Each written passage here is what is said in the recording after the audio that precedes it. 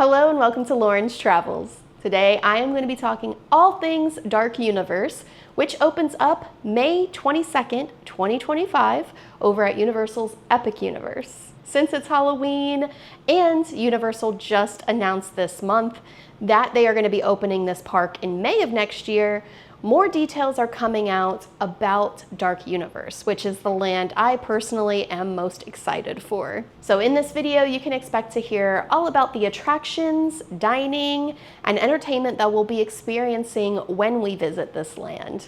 I am very excited to talk all things Dark Universe with you, so let's get into it because there is a lot. So let's talk about what we can expect once we enter through the Dark Universe portal. All of the lands at Epic Universe will have their own very cool themed portal to go through, like you're entering another universe and being transported.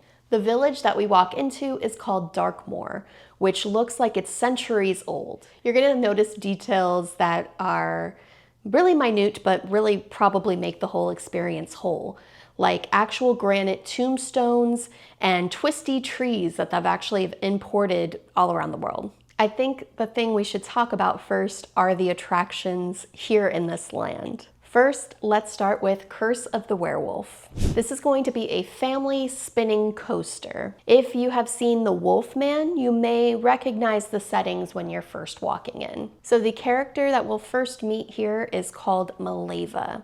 She is a seer and the leader of the Guild of Mystics. We're probably going to see mystic-themed caravans leading up to this attraction. You are going to be going through woods, and you are warned ahead of time that there are some creatures who prowl these areas. Going on this attraction is you actually turning into a werewolf yourself. You will see the Wolfman on this ride, but I'm sure it's very quick.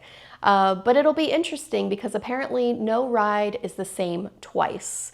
I was listening to the Discover Universal podcast, and they mentioned that the body weight of the riders will actually make the direction choice for how you will spin in this ride. The e-ticket attraction in this land is called Monsters Unchained, the Frankenstein Experiment. Victoria Frankenstein is the great-great-granddaughter of Henry Frankenstein. You don't know if Dr. Victoria is good or bad, but she does want to bring good to the name Frankenstein again. Every night inside the manor, Victoria is conducting these experiments. You're going to see that she's captured all of the Universal monsters and wanting to control them. Dracula's got other plans. Monsters Unchained has the most technologically advanced animated figures that have ever been built. They are visceral, they are powerful, they are intense. The technology we are using is cutting edge. We literally use every technology I could possibly think of. And then we realized we needed to invent new technology.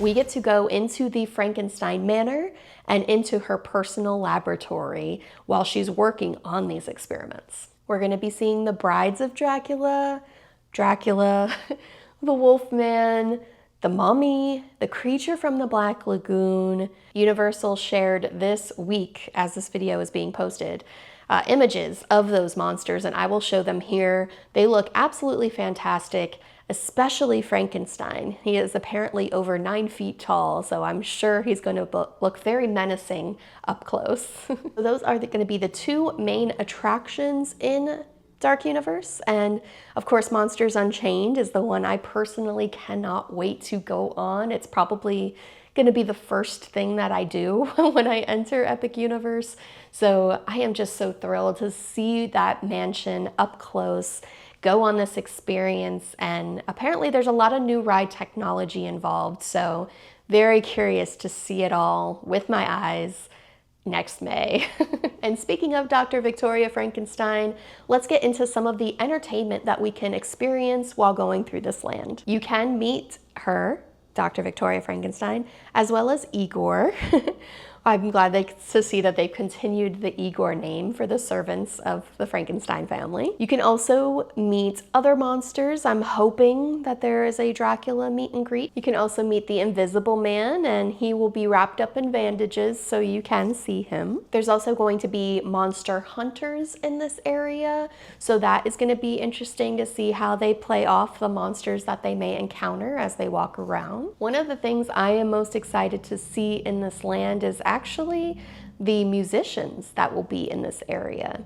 They're going to be singing folkloric songs about the monsters, and I'm sure it's all original things created for this land, so I would love to just sit for hours and watch and listen to these performers, see what they have to say, and get some more backstory. Something that I think will also be entertaining is to actually get made up as a monster yourself. It's going to be called the Darkmoor Monster Makeup Experience, and I have a feeling they've already tried testing out some monster looks this year when they had a little makeup experience over in the Five and Dime. Now, I'm not sure if these are going to be original monster creations or you can actually make yourself look like the creature from the Black Lagoon. I'm not exactly sure on what looks will be offered, but this is kind of a unique experience to have and really feel fully immersed in that monster experience while you're in Darkmoor. And this is, in my opinion, also considered entertainment, but something really interesting about this land is that they've created a whole new soundtrack for this area. Music recording sessions for Dark Universe were held for nearly 2 weeks in Budapest, Hungary, and there's going to be a full orchestra heard and choir. So I'm hoping for very spooky, ethereal type music. And now that we've gone over the attractions you can experience and the entertainment, let's talk about the food, because you're probably going to work up some hunger walking around this massive park. The first restaurant that you will encounter is going to be called Das Steakhouse, and steak is spelled just like a vampire steak. This restaurant setting is that it's over an old inn, and underneath you are catacombs. The restaurant will actually be run by vampires' familiars, which are basically their servants to help them with whatever they need and make life a little simpler for vampires. As far as the food that you can expect to find here, just think along the lines of kebabs and chicken schnitzel sandwiches, probably also some stews, but something that you'll definitely want to do is walk around the restaurant and take a look at all of the artwork. From what I heard, you will be seeing paintings of these vampires and kind of their point of view of things as if they're the heroes of the story.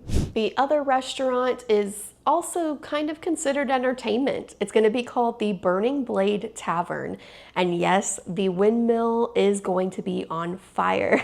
From what I listened to in the Discover Universal podcast, they mentioned that there is going to be kind of like a 1.5 to 2 minute show leading up to the burning of the windmill. And what I can kind of compare it to in my head is the dragon that sits atop of Harry Potter and the Escape from Gringotts over in Universal's Wizarding World of Harry Potter. Now, of course, if you've seen the Frankenstein film, you'll remember that they set ablaze the windmill at the end of the movie, and that is similar to what you'll see here. The angry mob comes out and sets it ablaze. And apparently the wood is also going to look old and easy to burn, so it's really cool how they come up with these concepts of making it look realistic, but also keeping it so that it continues to work throughout the day. They said that they took over 1.5 years to work on this effect. And because the Burning Blade Tavern is where the angry mob likes to be, this is going to be where the monster hunters have their hangout, essentially. We're going to see monster heads displayed on the wall, kind of like how hunters display their chopped off animal heads on their walls. I don't get it, but it'll be interesting to see which monsters have been killed and slain while we eat our chicken wings. This restaurant will have chicken wings, my personal favorite, but they'll also have bratwurst, pretzels, think German fare, but also burgers. Leading up to the opening of Epic Universe, I hope we get more details about the things we can find here.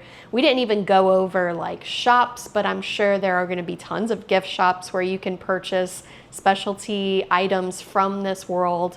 There's also going to be a candy shop, so we don't have all the details yet of what will be here, but this is a majority of everything that you can expect to see at Dark Universe, and I cannot wait for this land to open, the park to open, but specifically Dark Universe. Fans of Universal have been wanting to see these monsters for so long replicated in the parks, and we do get them occasionally for Halloween Horror Nights, but to have them all year round and in the daytime, it's going to be an extra treat for Universal Monster fans. And if you've made it this far, please leave me a comment down below telling me what you're excited to see in Dark Universe and the rest of Epic Universe. Let's just talk all things Epic down below. And yeah, let me know also who your favorite monster is, because for me it's Creature from the Black Lagoon, but I feel like I gravitate towards, you know, Frankenstein's monster a little bit and the Bride of Frankenstein. I mean, it's hard to pick just one. That was my overview of all things Dark Universe. I hope you enjoyed watching this video, and if you like theme parks, you should probably subscribe to this channel. I talk about them a lot, and I will see you next time here on Lauren's Travels. Bye-bye.